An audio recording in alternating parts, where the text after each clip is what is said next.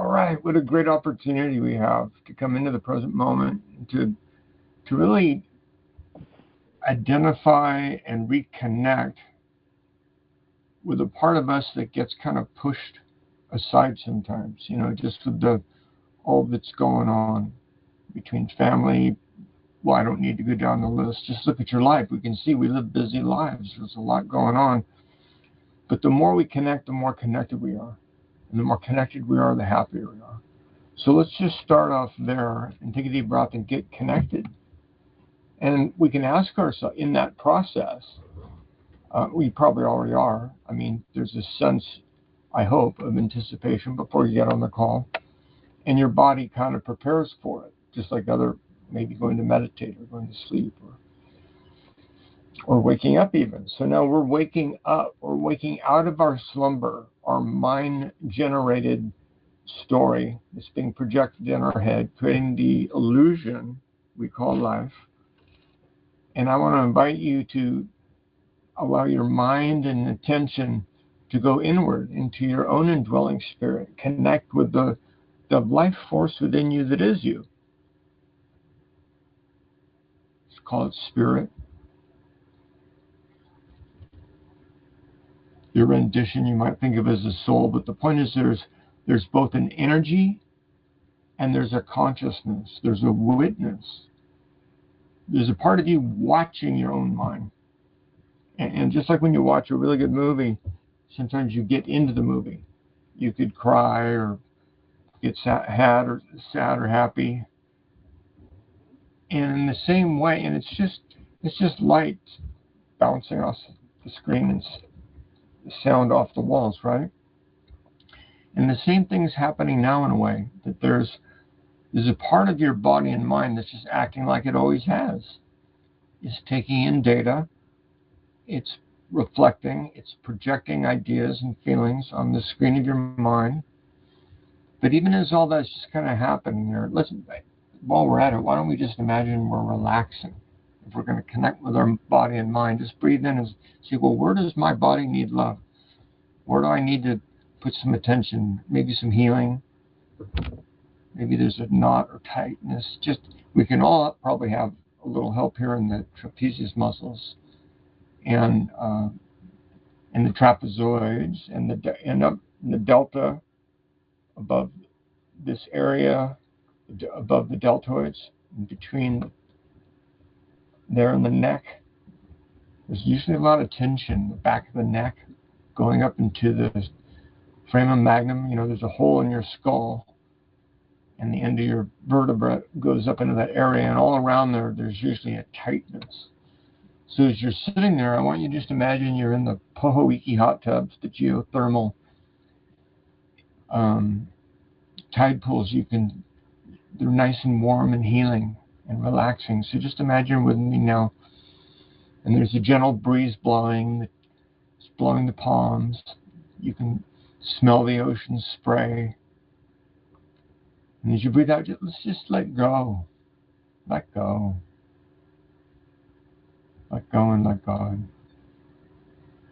And let's use this time together to just let a good feeling in. No matter what else has been going on out there, you can feel good right here, because God is here.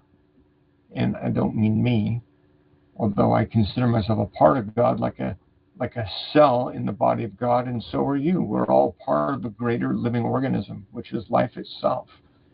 Except things animating your existence. So let's breathe in and feel that. What is that? There's a life force energy. There's an innate intelligence. There's a direction it's going. So let's sit back and first just allow it in. Just give it some recognition.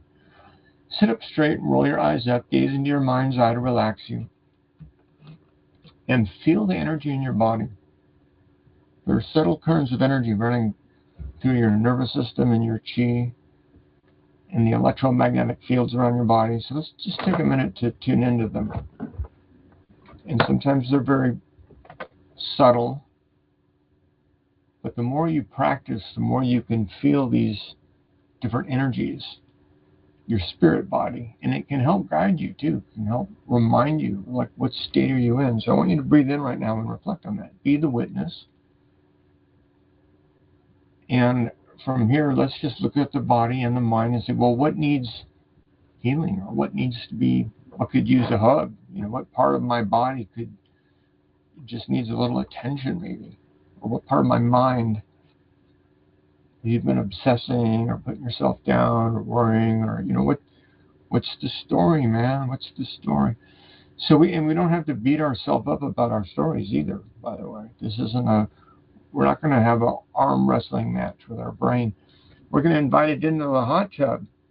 Get high with us, like bong hits on God. I want you to breathe in and just get high on God, because your very breath, the power that causes you to breathe and the inclination to do so. Breathe out. Let go of everything else. And I like to say, let go and let God, because once we kind of get over ourselves, we get over our ego, our attachment, our desires, our fears, our stories, and what's left is this incredible bliss.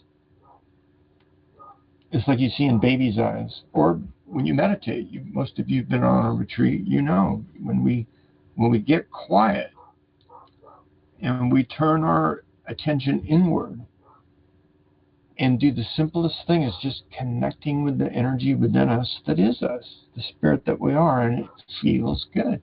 And when your body and mind are engaged with it, when you put your attention on that point between the eyebrows, the third eye, they like to say, because it's between your other eyes, right? But it also opens up an inner eye, an inner wisdom, because it's activating your pituitary and pineal gland, right? And it's engaging your own life force energy, the spirit that you are, and it makes it easier for you to feel it.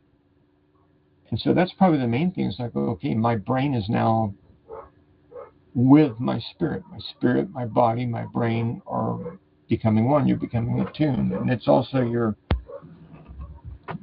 compass guiding you, so we can get our bearing again. Where am I on this path in life? Am I going the right way? What's going on? What's the best path to take from here? This is how you go within and get those answers. So as everyone together, breathe in and just galvanize your focus on the point between your eyebrows. And the eyelids are closed, eyeballs are rolled up. But as you breathe out, let go of the effort, really. So you're not forcing the effort. And don't worry too much exactly where your eyes are looking. Just tune into the subtle feeling in your body. And sometimes it focalizes between your eyebrows, and sometimes you just go into another state. You feel kind of floaty, like you're floating in a jacuzzi of consciousness, an ocean of love. Because that's what life is, really.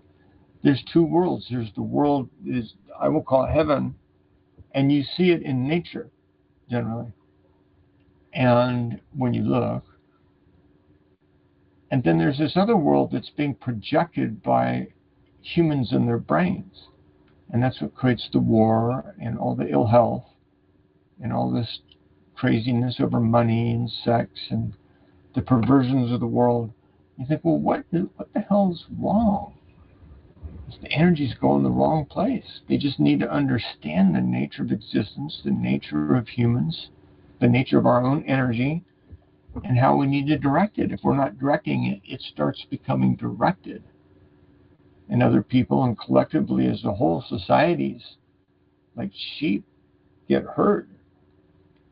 So people say, well, what can you do? You can wake up. You can stay connected. You don't live in that reality. You live in the reality. You don't live in a reality that your brain is reflecting on. And that's typically based on what social media is saying, or the news, or wherever, some digital device. And it's causing us to hurt ourselves and others. So I want to invite you to just be happy. Take a deep breath. And let's go there together. Roll your eyes up, gaze into your mind's eye. And well, first of all, ask yourself, are you happy? Have you been happy? Before the call, were you happy? And no matter what happened before the call, right now, just be happy. And there may very well be some things that would make you unhappy if you thought about them. Just don't think about them right now. You want to pick them up later, fine, do what you want. But right now, just breathe in happiness. Even if the silliness of this conversation, in a way, just tell yourself to be happy and smile. Scientists have found, the muscles in your cheeks that create the smile are called the zygomaticus majors, I believe. And if you stretch them or open them, they create the endorphins like when you smile and you're happy. So if we just sit here for a minute, we can do this just to be goofy. Gazing at your mind's eye, just smile. Just think of God. That's what makes me smile. Or I can think of you guys. Being able to share this with you makes me smile. For over 40 years, I've been showing people these simple little things, and they make big differences when you practice them. So breathe in and just be happy, damn it. Just be happy. Excuse me. And now you can be any way you want. You can let go of your cheek muscles, and your eyes can relax, your shoulders can drop, and just let go. And you'll start to feel the connection within you. And you feel it in your nervous system, right? You can feel it in your chi. You probably notice your mind's relaxing. And you just go into a peaceful state. And we just want to keep love bombing that state. Just keep going into it. Just breathe in, and continuing your gaze between the eyebrows just helps you stay plugged in. People have been doing this for thousands and thousands of years. This goes back before the flood. So take a deep breath and engage yourself, because that's why you're here. So what's happening to you? Talk to me without talking, but just, I want to invite you. I want to think of myself as your spiritual doctor in a way, so you can confide in me. And I just want you to tell me what's wrong. If there's something wrong, and if it's physical or emotional or it's mental, let's just go there. And of course, when we say go there, we're talking about your mind, because your mind has an idea how something should be, and when it's not congruent, there's discord that creates pain. And literally all our pain in life is a discordant energy. It's an energy pattern that we're at conflict with. It's creating a discord in us, just like some music can do that, or the attitude or energy of a person. Or anyway, because you have a life. There's discordant energies, and then there's certain people, places, music, that feel good. So I want you to breathe in and think about the place. And for me, that place is right here, right now. And how have you been affected?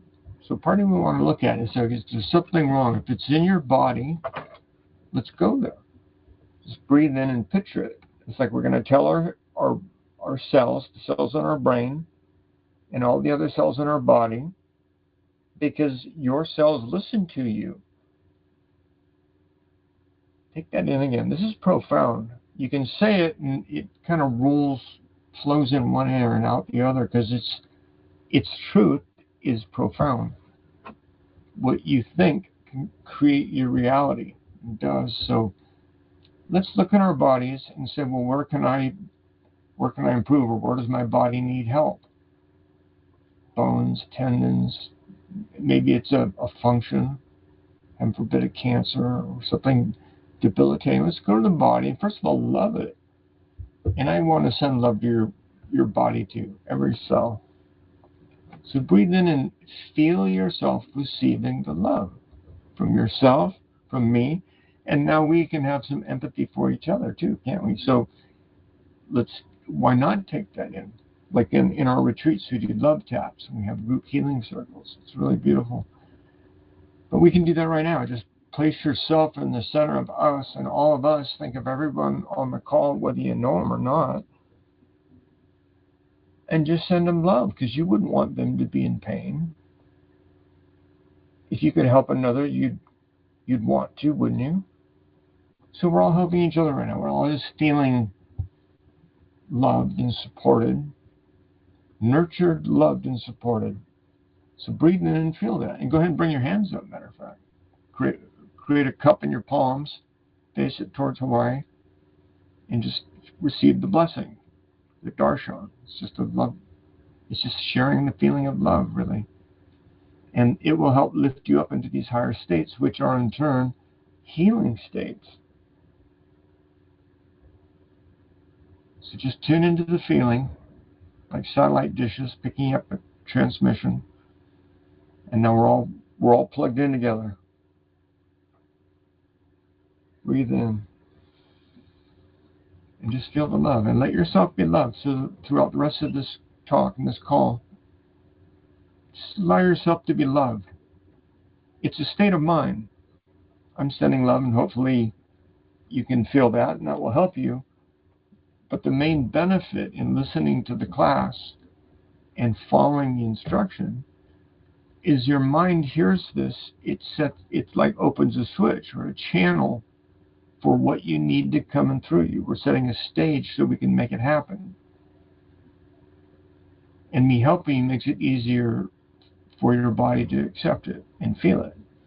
So just breathe in and feel it. If it's going into your, well, first of all, into your hearts, and just feel loved and appreciated, and know that you're special. Anybody that takes time to work on themselves, that is looking for God and getting clarity, those are attributes and those are values that I think make a giant difference in a society, regardless of your religion or lack thereof. So just breathe in and know you're respected and appreciated. Breathe in and feel that. And go ahead and bring your hands back down. It's best to sit up straight, but keep your hands on your knees or lap. Keep your eyes closed. Keep your gaze between the eyebrows. And just feel the transmission. See if you can feel the energy in your third eye right now. So we've got to look at how am I being affected by, say, external stimuli? Like what kind of toxins am I taking in? You're all being fumigated. As far as I know, you're all in cities, which are not only targets, it's targets for a lot of things. So I think you're crazy. And that's why I moved to Hawaii. And to get as far away from electromagnetic transmissions, the flock cameras, and just the crowd too, just getting back into nature. I just want to invite you into that space, and let's picture this in our mind too. Let's picture this as something that you can create if you want. So the food, the air, the water, and I'd like, if you haven't already done so, start with sugar. It's made, to me, if I'm honest with myself, I found excuses to find what looked like good kinds of sugar. And what I really realized now that I've let those go, those weren't good kinds of sugar. And all you got to do is look at where it came from. If it came from a market, you probably shouldn't eat it. And as I've been going even more, I guess you'd be old school, and really paying attention to what's in food. Wow, what a difference it makes. And so in my vision of a better world, we would never have to look at the ingredients because there wouldn't be ingredients in food. And if there were some exceptions, they'd be very clear, and you'd probably limit your consumption of them anyway, But the idea of most of the food we're eating, or in general, not you on this call, because you've been hearing this before, you know already. The chances are we can all improve. So take a deep breath and say, well, what would happen if I stopped eating sugar? Your immune system would get stronger. Sugar creates depression in people, and that's not talked about a lot. So it's both an immunosuppressant. Cancer loves sugar. And so people that get rid of sugar end up living happier lives. So I'd like you to picture that. in your life and everybody in the world. It's like, for the sake of money and power, a handful of people have destroyed our whole food chain. That it's literally toxic to go to a supermarket. So let's look at how we can change. And what it did, it forced me to rethink a lot of things too. I eat, most of all my food now comes from farmers markets. All grown. I know the people. I know they have good energy. I know they don't use pesticides, and the fish is caught never from a clean ocean. We have to do a little more work, but that's exactly what we need to do. I never eat at fast food chains. We'll talk more about that later. And so there's that whole kind of a life. The other thing, we have other toxins that are for the mind. It's unbelievable, the lying on the television, the news, and in the social media. All these places are owned and controlled by the same people that are evil, you guys. And they're creating multiple scenarios that are equally false. And that's by design. And so the way we keep ourselves from getting sucked into it is to see what they're doing. Because most people just don't see it. It's like one of those things, once you see it, you can do something about it. And I was fortunate in college. My mentor was a world expert in propaganda and public relations. He worked for the Rothschild Company, in fact, and was engaged with PG&E, that's Pacific Gas and Electric, because the Rothschild franchise owns the majority of electrical companies around the world. And he had been an advisor to 3 presidents. This is Mr. Grow. He had a maid's quarters that I lived in, and he wanted someone there because he traveled a lot and had dogs, so he wanted a responsible person. And because I was in college, I got to live there. I didn't pay rent. I paid him some gardening help and taking care of his dogs when he was gone, and just being there so we wouldn't get robbed. And this man used to come to visit him. His name was Zbigniew Brzezinski. And he was the national security advisor for President Jimmy Carter. So President Carter was president of the United States at the time I was living there. So the head of security, national security at that time, was this man. And to make a long story short, I got to meet with him. And of course, because he was such an important man, he was coming to see my mentor, Mr. Grow, to get advice on how to present something that he needed to share with the public. And I'd read his book, so I'd asked him questions about this coming world that they were creating. And he was talking, this would be 1979, he was talking about chipping people and how soon people won't be able to no longer think for themselves, that they'll be only able to repeat what they hear on the television. And there'll be confusion, so they will have to pick a side. And it's like, wow, this has all come to pass, just like a fortune teller, And it was all spelled out in books. Anybody that wanted to know this stuff could and read about it. And by the way, he was also the one to share publicly that the CIA, under his direction, created the Taliban and Al-Qaeda, originally to oust the Russians, which had control of Afghanistan. And so they are actually an asset of the CIA. And when he was asked about it, he said, well, what would you rather have?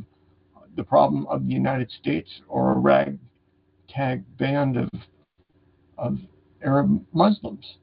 And he's kind of joking about it. Like, I can create it. He manipulated world politics and was proud of it. But that's where this group came from. This is all a show. So now step back. So you're the witness, and you're no longer your humanness. This is kind of like a graduation step. We go through life thinking we're humans.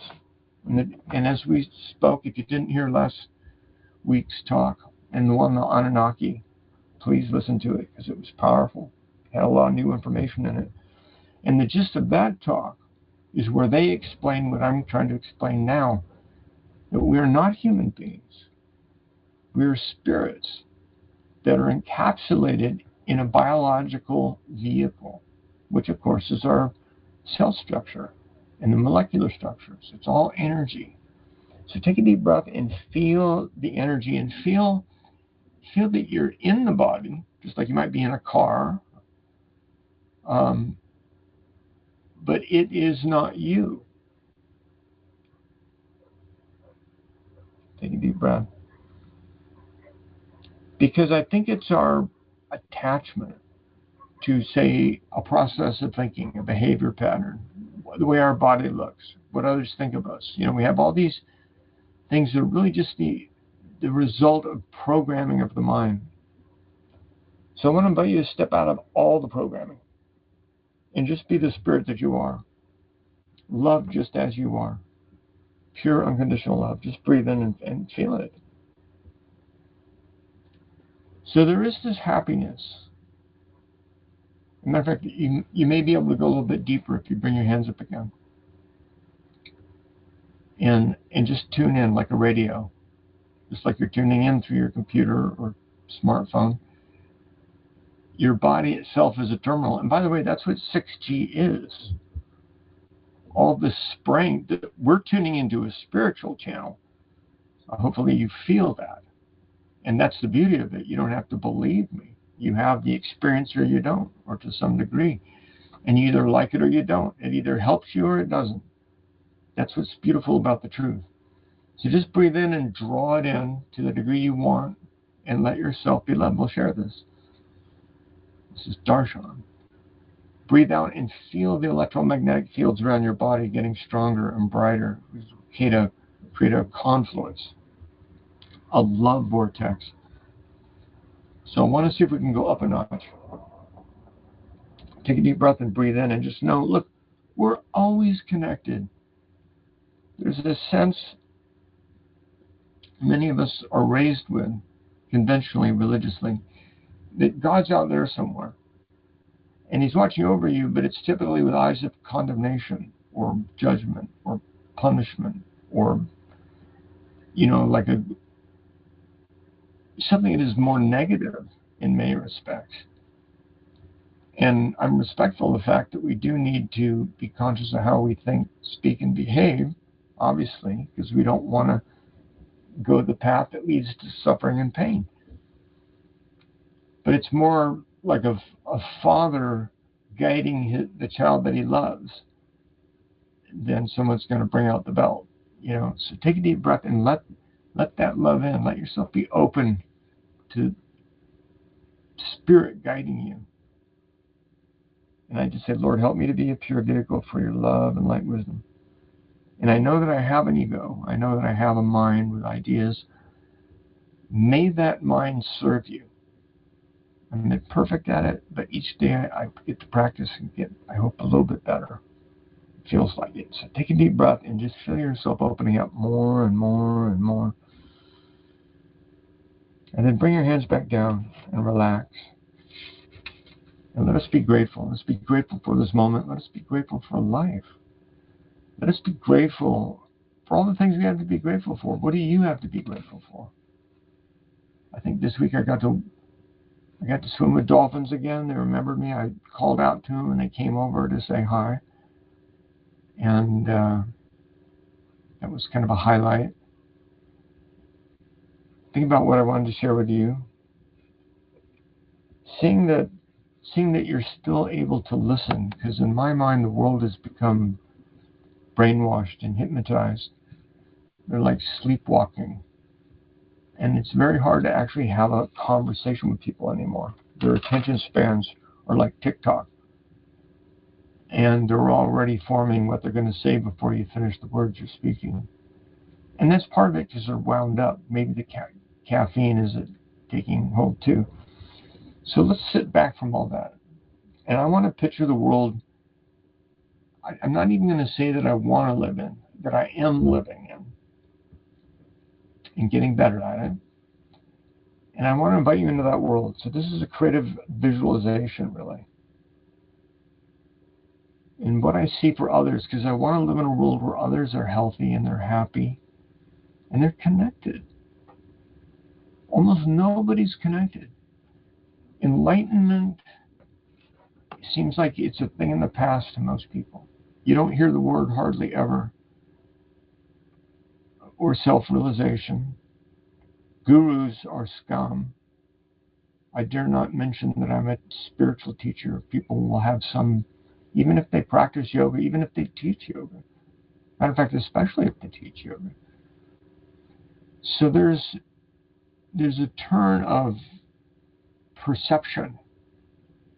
But it doesn't matter what the outer perception is, as long as you realize that ultimately the truth lies within you. And one of the truths we find is when we eat natural foods, we live better, we feel better. And what we've all learned, and we kind of sing into the choir here, is that the mass of food that human beings eat, at least in the West, is toxic, and it's been getting worse. McDonald's wasn't very good food. What? Why are you kicking me? I meant to go out here. You're like on the I'm dirty. I think you got into our call. All right, sorry about that. Maybe I didn't have it connected right. So we're talking about foods, because I think that's one of the ways we're most disconnected. And there's a sinister plot behind it all now. So McDonald's, just a lot of bun, a lot of sugar, but now in the years since, they've been putting more and more unhealthy products in. And this is happening. I heard that they don't even put dairy in Dairy Queen. And they don't, the Reese's family that made the Reese's peanut butter cup, it's so well liked, they're suing Nestle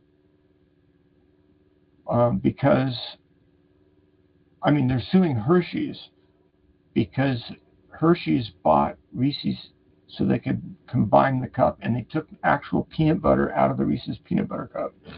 And you know what they're putting inside? There's a company called Senomyz, Senomyz, and it worked before the tobacco companies. And the tobacco companies have learned how to make cigarettes addictive. And what was interesting about the study in this, and listening to some other doctors speak on the subject, is that tobacco is actually a medicine. And when I think about it, going back to the Native Americans that I knew and going to their medicine wheels and lodges and mind walks, this kind of a thing, they would smoke what they called the peace pipe. And that was a healing protocol and procurement, because if you were hurt, and they might make a pulse using wild tobacco, and it was wild tobacco. These weren't cigarettes. They weren't smoking cigarettes, although some did. They saw sacredness of the plant tobacco itself. And tobacco also occurs in eggplant, tomato, and other nightshade vegetables. But it turns out it's highly healing. It's one of the best, arguably, healing herbs around. And they're not talking about go smoke a cigarette. But if you could get a non-cured, it was all the chemicals they added, like the saltpeter, that made people addicted to the cigarettes. And now they're putting those same chemicals, not necessarily nicotine, but they're putting other addictive substances, which they have patented, and replacing them for things like meat. And that's why so many people just have to have certain foods. They're literally getting addicted. It sounds silly when you first hear it. And now they're adding graphene oxide with the help of Bill Gates once again. And so there are contracts that have been made. I've been tracking this for years with Pepsi and all that, some of the bigger companies, Campbell Soup, Kraft Foods. They're putting graphene oxide in the air, they're spraying it, they're putting it in food, it's in the water, it's in the medicine.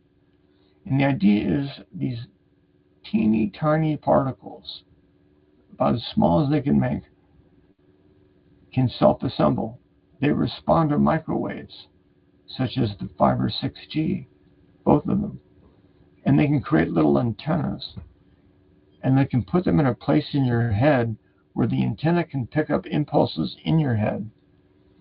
And they can be transmitted, picked up, and received through 5G. So in the future, this sounds like science fiction or a story, but they're actually planning this. This is part of UN 2030. Where every human being will have this ability, they'll have the ability to read you. They can inject it, they can stick a chip in, or they can just fill your body with enough graphene oxide, as well as maybe some aluminum and the other metals they're putting in the air and everything. And what happens is you start to conduct. And so all the microwave, if you're in a 15-minute city, there's microwave everywhere. So no matter where you go, they can watch you, know where you are, what you're thinking. They can put thoughts in your head. And going back to my story in college, I talked about this with Zbigniew Zabrynski, who had come to meet with my mentor. So he was at my house, the house I was living at. We'd sit and talk, even had a whiskey, I think. And he also happened to be the co-founder of the Trilateral Commission, which has an explicit purpose of creating a one world government.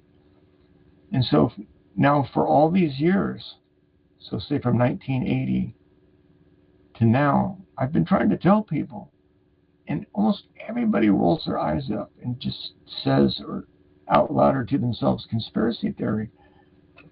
And they don't realize that technique itself was created and is used by Central Intelligence, because there's a fear of rejection. There is a cognitive dissonance, they call it. And so look into your mind now, and let's see a world where we're no longer controlled by other people. Like, if we're all awake, they can't do this to us anymore. We're not going to fall for the BS. I think the first thing we need to change is the news. People trying to tell us what we should think. And that we'd be able to share what we think. And to be represented by people that share the way we think. And that's not happening now, is it? So let's picture that. Let's be the ones that actually create this. And to create it, you first have to think it. I went to a council meeting in Hilo, I think it was a week ago, and they had a bill they wanted to pass that would give them more control over what we drove, and even taking land for public use if they thought it was necessary, and a vision of getting rid of the rural and connecting into these little small cities like they're trying to do in Lahaina, Maui. And people were I mean, they couldn't, there wasn't enough room for everybody in the room. And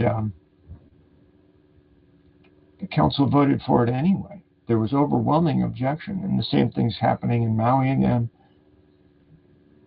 And so let us see a group of people. But imagine if enough people would vote and were able to demonstrate. Like no public representative would dare lie or take money from anyone else. The fact that our politicians can get money from other countries even blows my mind, because that's clearly not the thinking of our founders. So let's go back to visualizing and say, we'll just stop this. So let's picture a world where there was a true democracy, kind of like the world that Benjamin Franklin shared in his books, which I've read. They talk about the prosperity and the happiness in the colonies. And he says what changed everything is when they introduced the International Bank, the King's Bank, the banks that put these onerous loans of interest and IOUs. They stopped using real money. Does that sound familiar? And in his own words, he said, we went from being prosperous and happy to people living on the street looking for work. And we're seeing the same thing. It's the same people, in fact, doing the same thing. So what history has taught us is when those are the wiser, it can make the difference. And I think we are. We're beginning to see things being shared that weren't shared years ago. Almost all the conspiracy theories that I've been sharing have been proven themselves right, and people have taken notice of it. People are seeing, hey, we are being sprayed. Thank you, Jesse, and others that are working that movement. And others with the vaccines. Heaven forbid, they're still, you see how they tried to fling out hantavirus and get us all to get vaccinated again? I mean, that didn't work. They think, well, we're going to do Ebola. That'll scare them. You know, it's like they're testing the market. And they already have the vaccine ready. It's been patented. I can show you. So these are all drugs that were made in a laboratory, controlled by the Department of Defense. And they're designed to kill people. But then they reserved, supposedly, the vaccine so that U.S. troops and citizens won't get the disease that they would presumably propagate.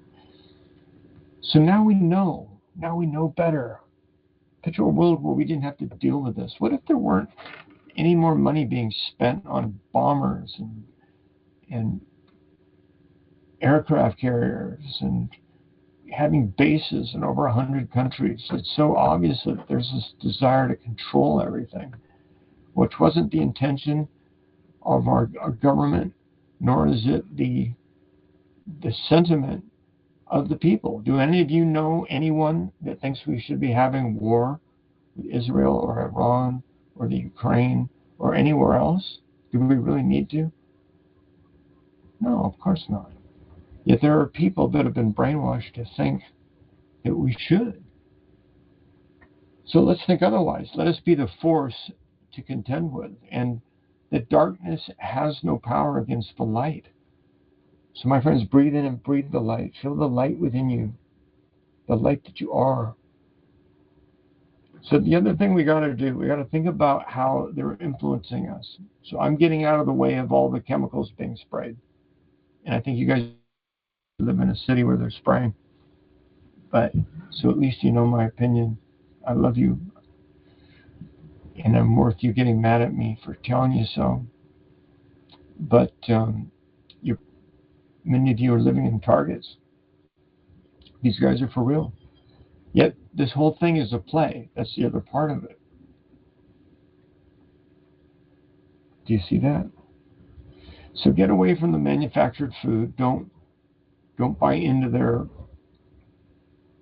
TV commercials, even their laundry detergent or the toothpaste, or it's all toxic. If it's made by Procter & Gamble or Johnson & Johnson, it's not good for you. The other thing we ought to do is first practice our own understanding of health by living like we should, by being the example. That's the best way to teach. And everything we need has been made for us. It's all under the sun. God did provide. Matter of fact, almost all the medicines of the world were first discovered by somebody intuitive with plants and their healing abilities. Took it like the aspirin. Originally, the Greeks and the Romans would take the inner lining of the white willow. It's a soft bark, and they make a tea out of it. And it created the active ingredient that helps get rid of headaches from their drinking too much or whatever, right? And the German scientists extracted this aspirin molecule, and they started making concentrates, and that became the problem. But they couldn't make money selling us white willow bark. But they made a lot of money with aspirin. And the same is true with the poppy and the coca and almost everything that has become a drug. They originally understood something in nature was able to give a benefit that helped us. And then they both either made super concentrates or tried to inject it or snort it or do something that just didn't make sense.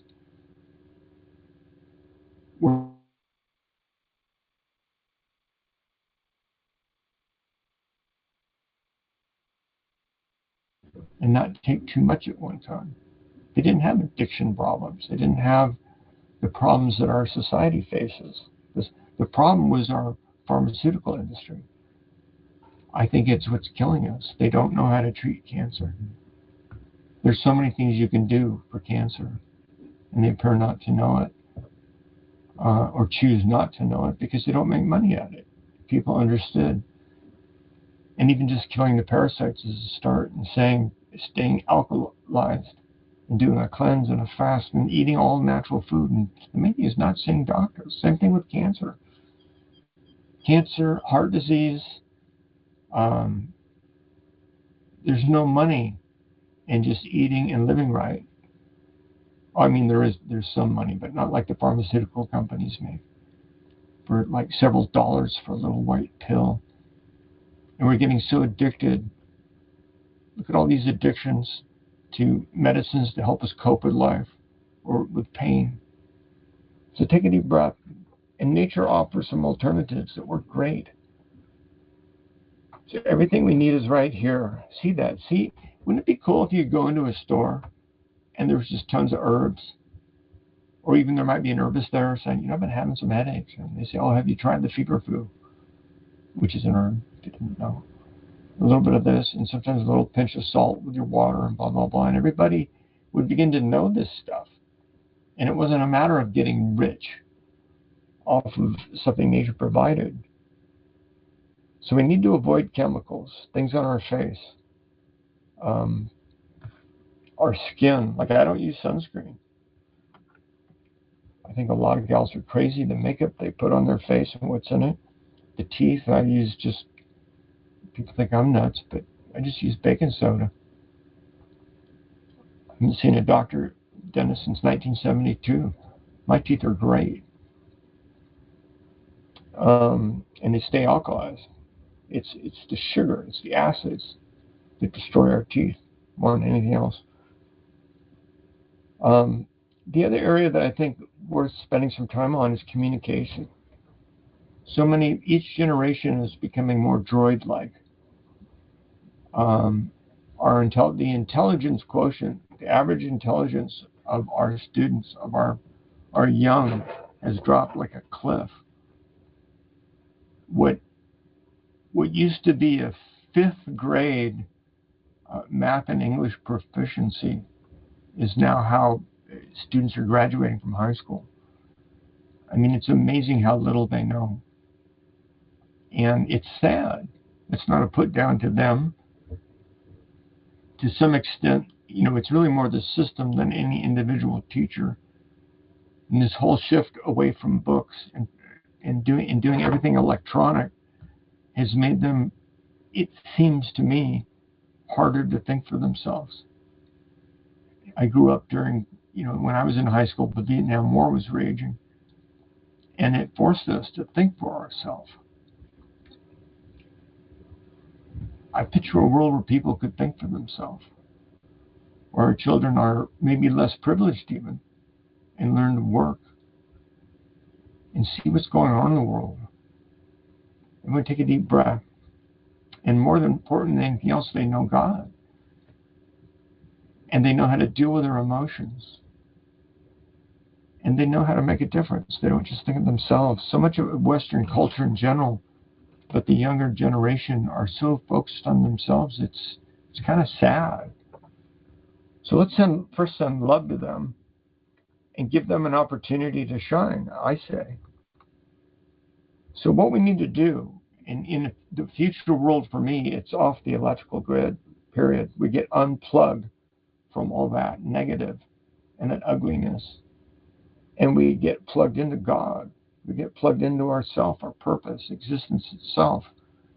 We spent more time in nature and enjoying our existence and sharing and helping others. More time face to face, more touching, more eye contact, more, getting real. not just polite. It doesn't mean you're gabbing with everyone either, because you don't have to talk out of nervous energy or proving something or establishing a pecking order or any of that anymore. It's just being cool, really. It's just respecting and loving each other. Like we do on a retreat, it seems to work pretty easy, but we have to practice more. And there's a magic, too, if we listen to each other. I think that one stands out for me more than anything else. Just trying to have a conversation with people can be difficult. Their minds are all tick-tock. And it seems like anything you say is just reminding them of something they can say.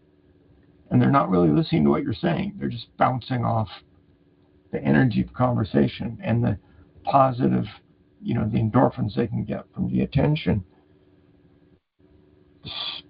Serving selflessly has been my salvation as best as I can. I'm not completely selfless, obviously, but I'm living a life in that direction, and I feel good when I'm doing something for God. I'm not thinking about what I need. I'm thinking about what others need. And again, I'm not perfect at it, but I see myself doing that, and I want to invite you to see yourselves doing that. See the opportunities, not for proselytizing or pushing something on others, just for being there, maybe just to listen, maybe just to help. Serving selflessly, that dharma. This is a critical part of yoga and a part of being spiritual, really, is letting the divine work through you, having that mindset and being open to it, and then looking for the opportunities creates them. And I've lived a wonderful life because of that, being guided to all the different things I've done. It's made existence exciting. So work is an act of love. Do it selflessly for God. And make sure that love's got to be unconditional, though. Because some people say, well, gee, I did all this for God, and then God didn't do this one little thing I wanted him to do, and blah, blah, blah. And that's, of course, a third grader's perception of what God is. But yet we might do that. Our mind may have these rough spots that keep us from seeing our own truth. So communicating and having someone to talk to and talking to them and being with them makes a difference. With me, there's something I just want to be alone all the time. And I think, no, go out and share. And I'm always glad I do when I get out. And just to be loving with people, just letting people know you love them can make a really big difference. So know I love you. And the third thing, the most important one, the one I'll finish on, is really visualizing, that our spirituality. For some people, spirituality is just, they do it like they eat or go to work or do other things, but there's a depth you can go to that is so far out that very few people really get there or live there. You just stay plugged in. You wake up plugged into your meditation, take some breaths, and you check in. Remember the old, every hour ask yourself, how conscious am I exercise? So you just keep checking in with yourself. Okay, where am I at? So everyone, take a deep breath right now and say, where am I at? You should be in a good place right now. Go ahead and bring your hands up again. And if you aren't as good as you could be, you just sit for a minute and check in, plug in. Feel the living presence of God. It's there, or you wouldn't be alive. So all you got to do is get out of your head and get back in touch with yourself. And if you need some help, you can think of me, or whoever you want, or whatever you want, or listen to Enlightenment Radio, just to get the voice pattern recognition and to be guided and to feel that connection again. And thank you for sharing this with others. So breathe in and just stay tuned. And as you're tuned in, you become the witness. In the subtlety of this self-identifying witness, the egoic sense of I, it starts to disappear. So it's no longer you seeing this, it's all just this. There's just consciousness. And all those forms are kind of like coming and going. energy particles coming and going, atoms coming and going, molecules coming and going, cells coming and going, bodies and creatures and living things coming and going, planets coming and going, so do moons and stars and galaxies and universes. They just come and they go and they come and they go. But the consciousness itself remains the same, unchanging. Thou art this. Realize this. So be the joy and peace. Thou art this. Realize this.